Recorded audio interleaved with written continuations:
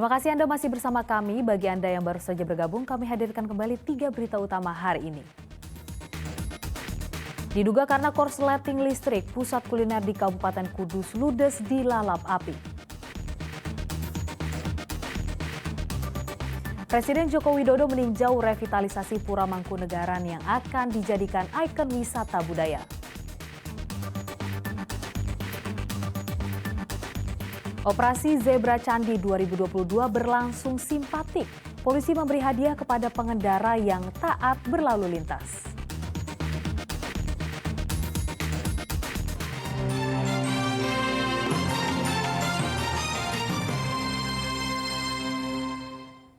Presiden Joko Widodo bersama sejumlah menteri kabinet mengunjungi Pura Mangkunegaran di Kota Solo pada Minggu siang. Kunjungan itu membahas revitalisasi Pura Mangkunegaran yang akan dijadikan ikon wisata budaya.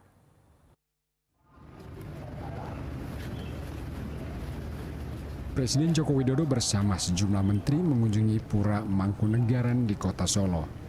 Menteri yang mendampingi Presiden mulai dari Menteri BUMN Erick Thohir, Menko Marves Luhut Binsar Panjaitan, dan Mensesnek Pratikno. Rombongan tiba pada Minggu siang dan langsung menuju pendapi Pura Mangkunegaran dan mengadakan pertemuan tertutup selama sekitar 20 menit. Putra sulung Presiden yang juga Wali Kota Solo ikut dalam pertemuan. Dalam pertemuan dibahas tentang revitalisasi Pura Mangkunegaran.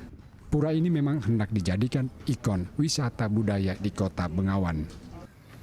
Yang jelas kami pemerintah Kota Solo dibantu juga dengan pemerintah pusat sangat berkomitmen untuk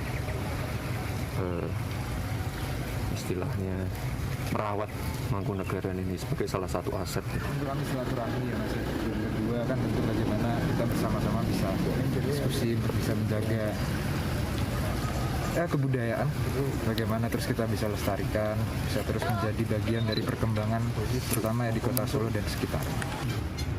Revitalisasi Mangkunegaran sudah berlangsung beberapa waktu terakhir.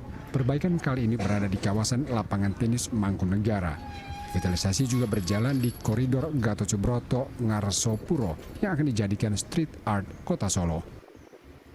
Heri Prastyo melaporkan dari Kota Solo. Menghadapi pemilihan umum 2024, Komisi Pemilihan Umum Kabupaten Brebes menggelar rapat koordinasi verifikasi faktual kepengurusan dan keanggotaan partai politik. Rapat koordinasi verifikasi faktual kepengurusan dan keanggotaan partai politik sebagai calon peserta pemilu 2024 diadakan pada Sabtu kemarin. Ketua KPU Kabupaten Brebes memastikan partai politik yang sudah duduk di bangku DPR tidak perlu diverifikasi faktual karena sudah dinyatakan lolos secara administrasi. Sementara partai sisanya harus diverifikasi kembali. Verifikasi faktual mulai dari pengecekan kantor dan kepengurusan serta daftar anggota partai. Parpol yang akan diverifikasi faktual yakni Partai Hanura, Partai Buruh, Partai Garda Perubahan Indonesia, Partai Gelombang Rakyat Indonesia, Partai Kebangkitan Nusantara, Perindo, PSI, dan Partai Umat. Verifikasi faktual berlangsung hingga 4 November mendatang. Yang mewakili verifikasi faktual ini diberlakukan untuk partai politik yang belum memiliki wakil di DPR RI. Yang kita verifikasi adalah kantor dan kepengurusannya, ya kan, kemudian verifikasi faktual terhadap anggota parpol yang sudah dinyatakan MSD. Ratusan peserta mengikuti seleksi ujian calon anggota Panitia Pengawas Pemilu Kecamatan di Kabupaten Karanganyar. Total ada 51 anggota Panwascam yang dibutuhkan Badan Pengawas Pemilu Kabupaten Karanganyar. Badan Pengawas Pemilu memulai proses seleksi penerimaan anggota Panwascam di Kabupaten Karanganyar. Ujian berbasis komputer berlangsung di SMK Negeri 2 Karanganyar dan diikuti 398 peserta yang lolos syarat administrasi. Ketua Bawaslu Kabupaten Karanganyar mengatakan dari hasil tes berbasis komputer akan diambil 6 peringkat teratas untuk tiap kecamatan untuk mengikuti tahap seleksi wawancara. Para peserta yang tidak hadir ujian maka otomatis gugur. Dengan sendirinya, karena ini tes CAT itu langsung tercover 6 besar.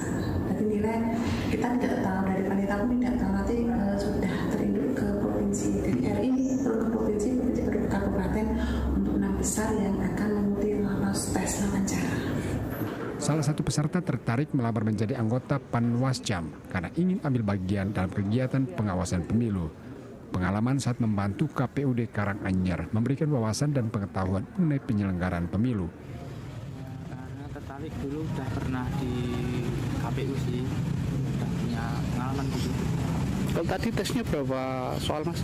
100. Tahap selanjutnya sesi wawancara akan digelar pada 19 hingga 20 Oktober mendatang.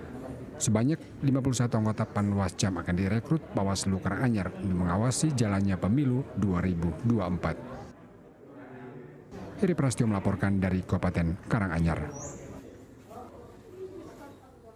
Pimpinan Pondok Pesantren Al-Hikmah Dua Benda Kecamatan Sirampok, Kabupaten Brebes terpilih menjadi Ketua Pengurus Cabang NU Kabupaten Brebes 2022-2027. Gus Solah mampu memenangi suara terbanyak dari 4 calon lainnya. Konfercap NU Kabupaten Brebes digelar di Gedung Islamic Center pada Sabtu malam. Kepengurusan pengurus cabang NU Kabupaten Brebes yang sempat dibekukan karena dualisme kepengurusan itu akhirnya menunjukkan ketua baru. Gus Solah terpilih setelah unggul dan meraih 146 suara. Pengurus PBNU mengapresiasi penyelenggaraan Konfercap ini termasuk kepada calon yang kalah yang tidak melanjutkan pemilihan tahap kedua meskipun bisa diajukan.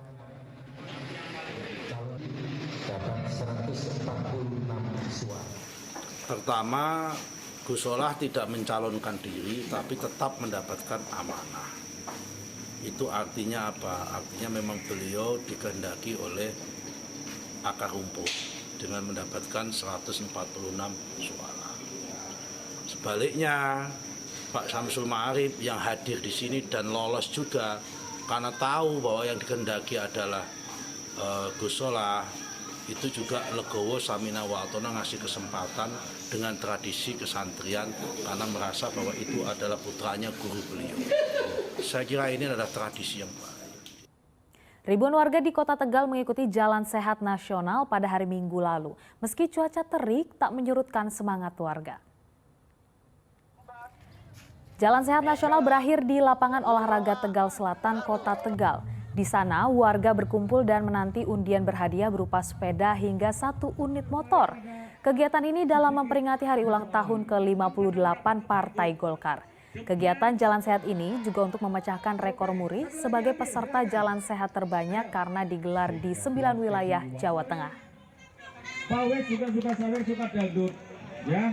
Pada hari ini secara serempak di kabupaten kota seluruh Indonesia digelar acara Jalan Sehat yang insya Allah kita akan pecahkan rekor muri Jalan Sehat dengan peserta terbanyak. Satlantas Polres Semarang memberikan hadiah kepada pengendara yang taat lalu lintas. Bahkan ada paket jajanan anak-anak untuk mereka yang memakaikan helm saat membonceng anak. Operasi Candi 2022 tak melulu soal penindakan. Di Kabupaten Semarang, polisi memberikan hadiah kepada mereka yang tertib berlalu lintas. Sejumlah pengguna jalan di simpang lalu lintas Jalan Diponegoro, Ungaran mendapatkan bingkisan berupa paket jajanan anak bagi mereka yang membonceng anak dengan memberikan helm berstandar SNI. Selain kepada anak-anak, Satlantas Polres Semarang juga memberikan apresiasi berupa makanan ringan kepada pengemudi ojek daring, supir truk, dan supir angkutan umum. Operasi ini memang mengedepankan edukasi, sosialisasi, dan humanisme kepada pengguna jalan. Sekalipun tidak menggunakan helm, kita juga tadi mengajak edukasi untuk mengenakan helm ketika putra-putrinya berkendara dengan orang tuanya. Satlantas Polres Semarang berharap ketertiban berlalu lintas sejak dini bisa menjadi pelopor keselamatan berlalu lintas di Kabupaten Semarang. Yulianto melaporkan dari Kabupaten Semarang.